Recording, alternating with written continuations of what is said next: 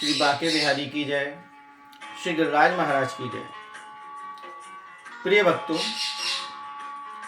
हम शास्त्र के अनुसार यदि अपनी दैनिक दिनचर्या को रखें तो सुख, शांति, समृद्धि, सत्कीर्ति, सत्पुण्य और भगवत भक्ति और सांसारिक सुख सभी को प्राप्त कर सकते हैं। प्राय लोग अपने मनमाने तरीके से शास्त्र को पालन करते हैं। इसी कारण उनका न तो भौतिक सुख की सिद्धि प्राप्ति होती है और न आध्यात्मिक सिद्धि मिलती है।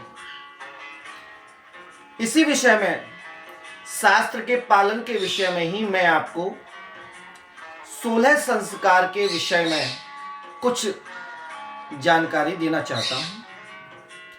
हमारे यहाँ 16 प्रकार के संस्कार हैं जो जन्म से लेकर मरण तक पालन किए जाते हैं।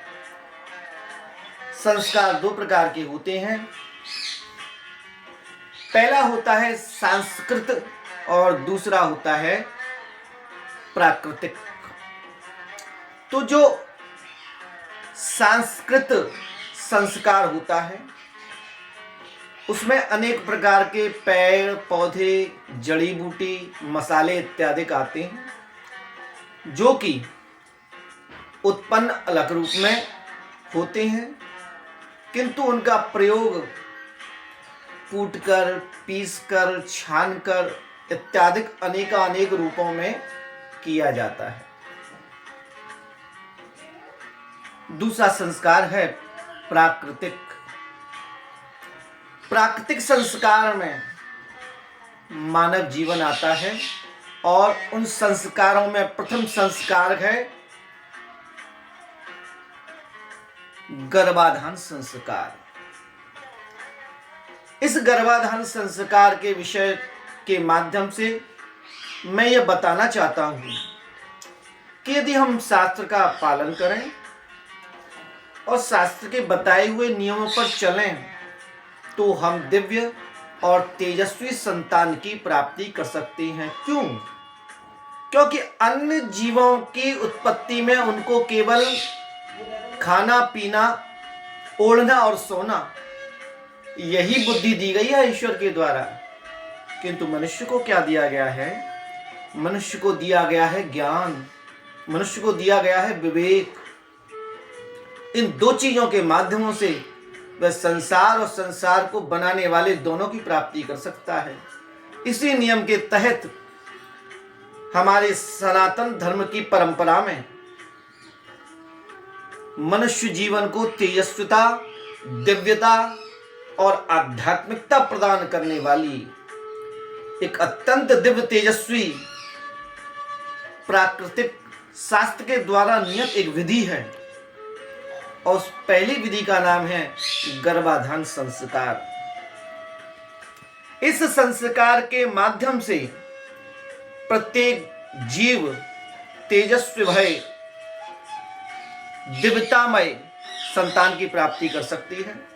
तो यह जो गर्भाधान संस्कार है, स्त्री के रजोनिवृत्ति के शुद्धि के पश्चात शुभ दिन में, शुभ नक्षत्र में, शुभ योग में इन सब का विचार करके अपने गणेश जी, कुलदेवी, पितृईश्वर और ग्राम देवताओं की पूजा करके